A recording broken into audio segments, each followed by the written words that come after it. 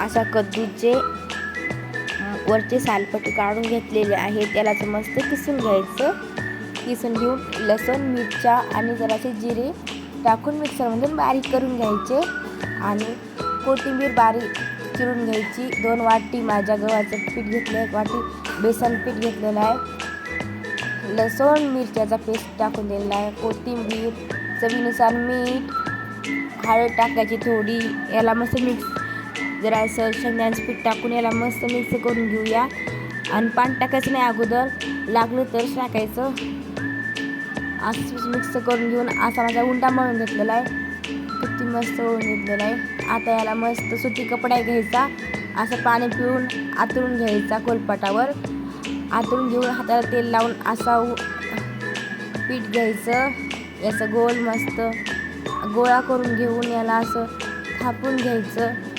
हाताला तेल लावून थापून घ्यायचं मस्तपैकी. हाताला तेल लावून थापून घ्यायचं. थापल्यानंतर याच्यामध्ये आपण असे मस्त 4 कोणत्याला अनेक मध्ये होल करून घेऊया. होल करून घेतल्यानंतर आता आपण हातावर घेऊन असा तेलावर टाकून द्यायचा. तेल टाकायचं होलमध्ये पण आणि बाजूनं पण टाकून घ्यायचं. त्याच्यावरी पण लावायचं. आता याला आपण मस्तपैकी असं उलटून घेऊया. बघा उलटल्या किती दिसत आहे. आता थोडं वरून तेल लावायचं, टाकायचं.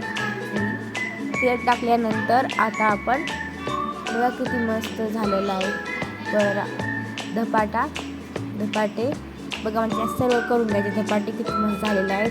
प्लीज एक लाईक, शेअर अँड सबस्क्राईब करा. किती मस्त झालेलं आहे. Like share